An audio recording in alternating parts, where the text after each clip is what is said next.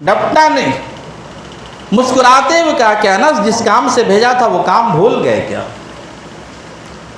ایسی شفقت، ایسی محبت، ایسا اخلاق اگر اپنے اندر ہم پیدا کریں گے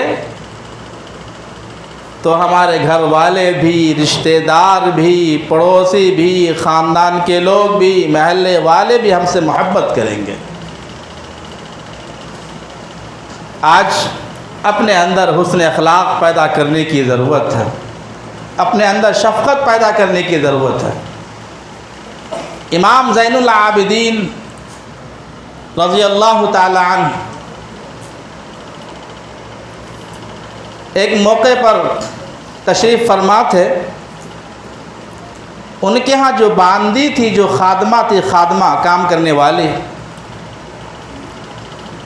وہ سالن کا کٹورا لے کر کے جا رہے تھی اور غلطی سے امام زین العابدین کے کپڑے پہ وہ کٹورا شوربہ گر گیا۔ امام زین العابدین نے دیکھا کہ باندی ہے اور اس سے یہ غلطی ہو گئی، تو خادمہ، چونکہ ایک کام کرنے والا اگر کوئی غلطی کر جائے تو انسان کو غصہ زیادہ آتا ہے، چہ جائے کہ اگر بیوی سے غلطی ہو تو اتنا غصہ نہیں آتا، بچے سے غلطی ہو تو اتنا غصہ نہیں آتا، لیکن کام کرنے والی یا کام کرنے والے اس سے غلطی ہو جاتی ہے تو انسان غصے سے باہر ہو جاتا ہے۔ وہ خادمہ تھی، کام کرنے والی تھی، اس سے غلطی سے شوربے کا کٹورا ان کے جسم پر گر گیا۔ انہوں نے پلٹ کر دیکھا کہ خادمہ ہے، خادمہ بھی بہت ذہین تھی۔ اس نے دیکھا کہ امام زین العابدین بہت غصے میں ہے، تو قرآن کی اسی آیت کی تلاوت کی، وَالْكَاظِمِينَ الْغَيْظَ، یعنی غصے کو پی جانا اللہ کا حکم ہے۔ تو وہ خاموش ہو گئے، بالکل ٹھنڈے پڑ گئے۔ اس کے بعد پھر اس خادمہ نے دیکھا کہ یہ ٹھنڈے پڑ گئے اس آیت کے ایک ٹکڑا سننے کے بعد، تو پھر آگے اس نے کہا وَالْعَافِينَ عَنِ النَّاسِ، یعنی لوگوں کو معاف کیجئے، معاف کرنے والوں کو اللہ پسند فرماتا۔ تو انہوں نے کہا کہ جاؤ، میں نے تم کو معاف بھی کر دیا۔ پھر اس نے اگلی آیت پڑھی، وَاللَّهُ يُحِبُّ الْمُحْسِنِينَ، اللہ تعالیٰ نیکوکار کو پسند فرماتا ہے، اس سے محبت کرتا ہے۔ تو امام زین العابدین نے اس خادمہ کو آزاد کر دیا، غلام تھے، آزاد کر دیا۔ تو کہنا یہ ہے کہ عفو درگزر، معاف کرنا ایک اچھی صفت ہے جو اللہ کو بے حد پسند ہے۔ یہ صفت اپنے اندر ہم بھی پیدا کریں۔ امام زین العابدین رحمۃ اللہ رضی اللہ تعالی عنہ نے اپنے خادمہ کو معاف کر دیا، اور معاف ہی نہیں کیا بلکہ اس کو آزاد بھی کر دیا ہمیشہ کے لیے۔ آج ہمارا حال اپنے ماتحتوں کے ساتھ کیسا ہے، ہم خود جائزہ لیں۔ آج جہاں لوگ اپنے ماتحتوں سے، اپنے مزدوروں سے، ملازم سے کام لیتے ہیں، کام کرواتے ہیں، ذرا سی غلطی ہو جائے، ذرا سی چوک ہو جائے تو جو ذمہ دار ہوتا ہے، جو مالک ہوتا ہے، چاہے فیکٹری کا ہو، چاہے کسی کمپنی کا ہو، یا کسی دکان کا ہو، یا کسی کارخانے کا ہو، وہ اپنے ماتحتوں ملازموں سے گالیوں سے بات کرتے ہیں۔ کیا اسلام یہی سکھاتا ہے؟ غلطی کس سے نہیں ہوتی ہے، سہو کس سے نہیں ہوتا ہے، لغزش کس سے نہیں ہوتی ہے؟ ہر کسی سے ہوتا ہے۔ کیا ہمارے آپ سے غلطی نہیں ہوتی ہے؟ ہر ایک سے غلطیاں ہوتی ہیں۔ انسان کو چاہیے خصوصاً اپنے ماتحتوں کے ساتھ نرم رویہ اختیار کرے۔ ہم محبت و شفقت کے ساتھ جو کام ان سے لے سکتے ہیں، سختی کے ساتھ نہیں لے سکتے ہیں۔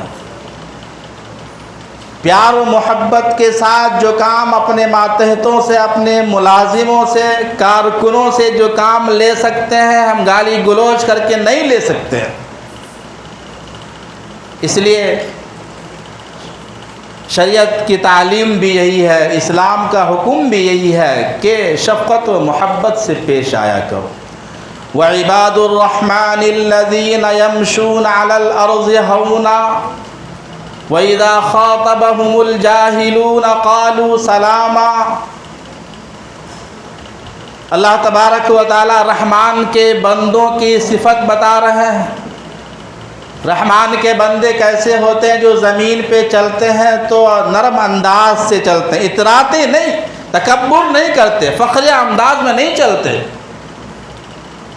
وَإِذَا خَاطَبَهُمُ الْجَاهِلُونَ قَالُوا سَلَامًا، اور جب کوئی جاہل، کوئی ان پڑھ، کوئی بدتمیز آپ کو مخاطب کرے، آپ سے بدتمیزی سے پیش آئے، تو آپ کا کام یہ ہے کہ ان کو سلامتی کی دعا دے کر کے آگے بڑھ جائے، نہ کہ ان سے الجھ جائے، نہ کہ ان کے ساتھ مار پیٹ کریں۔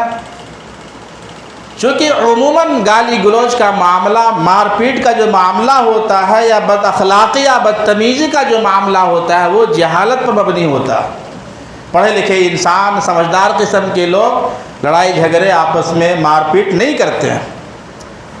تو اس لیے اللہ نے حکم دیا کہ وَإِذَا خَاطَبَهُمُ الْجَاهِلُونَ قَالُوا سَلَامًا۔ آپ جہاں رہتے ہیں، آپ کے اڑوس پڑوس کچھ لوگ ایسے ہوں گے جو آپ سے مخاطب ہوتے ہوں گے بدتمیزی کے انداز میں، آپ ان سے دور رہیے، آپ ان کو سلامتی کی دعا دے کر کے آپ اطمینان رہیے۔ الجھنا نہیں چاہیے، لڑنا نہیں چاہیے۔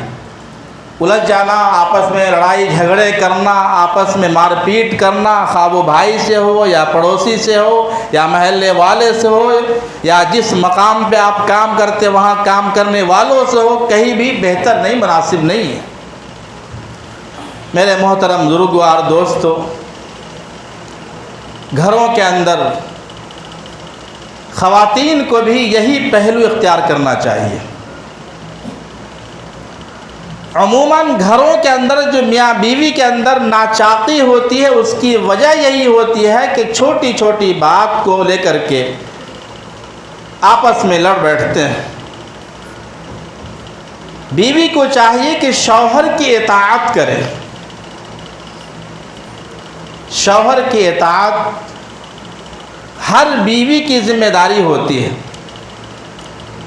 آج جو گھروں کے اندر بے چینی اور بے سکونی اور بے اطمینانی کا ماحول ہے، اس کی سب سے بنیادی وجہ یہ ہے کہ بیوی اپنے شوہروں کی اطاعت نہیں کرتی ہے، فرما برداری نہیں کرتی ہے۔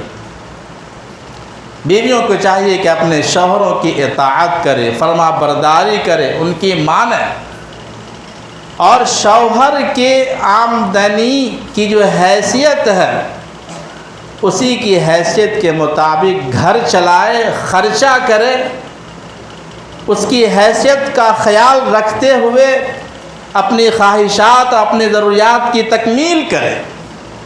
یہ ہر ایک عورت کی ذمہ داری ہے۔ اگر کسی کے گھر میں شوہر کی آمدنی کم ہے اور وہ آمدنی سے زائد فرمائش کر دے، آمدنی سے زائد خرچ کرنے لگے، آمدنی سے زائد شوق پورا کرنے کی بات کرے، آمدنی سے زائد سیر و تفریح کا مطالبہ کرے، تو یاد رکھیے یقیناً یہ بات زیادتی کی ہوگی اور شوہر کی نافرمانی کی ہوگی۔ اس لیے ہمیں اپنے شوہروں کی اطاعت کرنی چاہیے، شوہر کی بات ماننی چاہیے۔ انسان کو اپنے گھر کے اندر پرسکون زندگی گزارنے کا واحد طریقہ اور راستہ ہے کہ وہ اپنے شوہروں کی اطاعت کرے۔ گھروں کے اندر اگر ہم شوہر کی اطاعت کرتے ہوئے زندگی گزاریں گے تو اس کا اثر بچوں پہ بھی پڑتا ہے۔ بچے اپنے ماں باپ کو دیکھ کر کے ہی سیکھتے ہیں، چاہے وہ تمیز ہو یا بدتمیزی ہو۔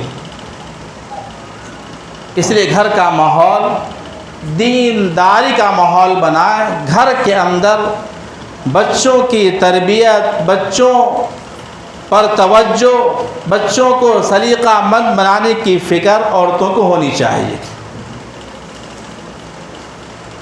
بہت سے بچے ایسے ہوتے ہیں جو گھر کے ماحول میں رہتے ہوئے تربیت حاصل نہیں کر پاتے ہیں، ماں باپ کی توجہ اپنے بچوں پر نہیں ہو پاتی ہے، وہ دن بھر کمانے کھانے مزدوری اور ملازمت کرنے میں رہتے ہیں، اپنے بچوں کو وقت نہیں دے پاتے ہیں، ان کی تعلیم پہ توجہ نہیں، ان کی تربیت پہ توجہ نہیں، ان کے لباس پہ توجہ نہیں، ان کا اٹھنا بیٹھنا کن لوگوں کے ساتھ، کن بچوں کے ساتھ، اس پہ توجہ نہیں۔ جب توجہ نہیں دیتے ہیں، یہاں تک کہ وہ بچہ آہستہ آہستہ بڑا ہو جاتا ہے اور اپنے ماں باپ کی اطاعت کرنا چھوڑ دیتا ہے، آوارہ بچوں کے ساتھ گلیوں کے اندر پھرتا ہے، تو ہم آ کر کے کہتے ہیں کہ مول صاحب بچہ ہاتھ سے نکل گیا، بچہ بات نہیں مانتا، بچہ میری نہیں سنتا، کوئی تعویذ دے دیجئے۔ بچوں کو کنٹرول کرنے کے لیے، بچوں کو اطاعت فرما برداری کرنے کے لیے تعویذ کی ضرورت نہیں پڑنی چاہیے۔ تعویذ سے بچے کنٹرول میں نہیں آتے ہیں، آپ کا طریقہ تربیت، آپ کا انداز، آپ کا سلیقہ دیکھ کر کے ہی بچے خود بخود سیکھ لیتے ہیں۔ بہت سے بچے دیکھا گیا گلیوں میں بے تکا کھیلتے ہوئے نظر آئے اور بے تکا گالی گلوچ کرتے ہوئے نظر آئے۔ وہ بچے گالی گلوچ کہاں سیکھے ہیں؟ گھر میں سیکھتے ہیں۔ باپ اگر کسی کو گالی دیتا ہے تو بچے بھی اپنے دوست احباب میں گالی گلوچ سے بات کرے گا۔ ماں اگر گالی گلوچ کرتی ہے کسی کے ساتھ تو بچے بھی سیکھ کر کے اپنے پڑوسیوں کے ساتھ، رشتہ داروں کے ساتھ وہی گالی گلوچ سے بات کریں گے۔ بچوں کی تعلیم اور اس کی تربیت پہ ہمیں خاص نظر رکھنی چاہیے۔ بہت سے بچوں کو دیکھا گیا بڑے ہو گئے ہیں، جوان ہو گئے ہیں، نہ مدرسہ پڑھنے جاتے، نہ اسکول پڑھنے جاتے، نہ ٹیوشن پڑھنے جاتے، ان کو تعلیم کیا چیز ہے معلوم ہی نہیں ہے۔ غلطی کس کی ہے؟ ماں باپ کی غلطی ہے۔ ماں باپ کو فکر ہونی چاہیے کہ اپنے بچوں کو ہم تعلیم دلائیں، تربیت کریں۔ میرے محترم بزرگوار دوستو،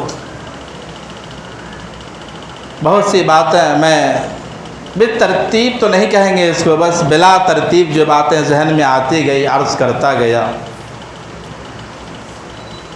بیان تو مولانا ومیس صاحب کا ہونا ہے، لیکن دیر بج چکا ہے، وہاں تشریف نہیں لائے ہیں، ان کی غیر موجودگی میں لفاظی کر لے رہا ہوں، باتیں کر دے رہا ہوں۔ تو بہرکیف میں نے قرآن پاک کی چند آیتیں اور ایک حدیث پڑھ کر اپنی بات کو شروع کیا تھا۔ خلاصے کے طور پر یہ عرض کر دوں کہ ہر ماں باپ ذمہ دار ہے اپنے بچوں کے تئیں۔ ہر ماں باپ کو فکر ہونی چاہیے اپنے بچوں کی صحیح تربیت کے لیے۔ کل قیامت کے دن اللہ تبارک و تعالی سوال کرے گا، پوچھے گا، کلکم راعٍ کلکم مسئول، حدیث ہے، تم میں سے ہر کوئی چرواہا ہے اور ہر کسی سے سوال پوچھا جائے گا۔ ہر کسی سے سوال ہوگا کہ تم نے اپنے بچوں کی دیکھ ریکھ کیسے کی، تعلیم دلائے نہیں دلائے، تربیت کیسی کی، حلال و حرام کی تمیز پیدا کی کہ نہیں کی، ساری چیزیں کل قیامت میں اللہ پوچھے گا۔ ہر کوئی ذمہ دار ہے۔ استاد ذمہ دار ہے اپنے شاگردوں کے لیے، ماں باپ ذمہ دار ہے اپنے بچوں کے لیے، کسی ادارے اور تنظیم کا ذمہ دار اپنے ماتحتوں کے لیے، فیکٹری اور کارخانوں کا مالک ذمہ دار ہے اپنے ماتحتے کے لیے۔ ہر ایک کے بارے میں اللہ کل قیامت میں پوچھے گا۔ ہمیں ڈرنا چاہیے، خوف کھانا چاہیے، اور ہماری زندگی اسلامی طریقے پر گزرنی چاہیے۔ ہم خود بھی گھروں کے اندر قرآن پاک کی تعلیم کا ماحول بنائیں، خود بھی نماز پڑھنے کا اہتمام کریں، بچوں کو بھی اپنے ساتھ مسجد کو لے جائیں۔ میں نے شروع ہی میں کہا کہ بچے اپنے بڑوں کو دیکھ کر کے ہی سیکھتے ہیں۔ بچوں کی تعلیمی و تربیت کا سب سے پہلا مدرسہ ماں کی گود ہوتا ہے۔ بچے وہی سیکھتے، وہی پنپتے، وہی بنتے ہیں۔ ماں کی گود اچھی ہوگی، یعنی ماں کی تربیت اچھی ہوگی، ماں کی نگہداشت اچھی ہوگی، ماں کی توجہ اپنے بچوں پہ اچھی ہوگی، ماں کی نگرانی اپنے بچوں پہ سختی کے ساتھ ہوگی، تو بچے بہکیں گے نہیں، بگڑیں گے نہیں، خراب نہیں ہوں گے۔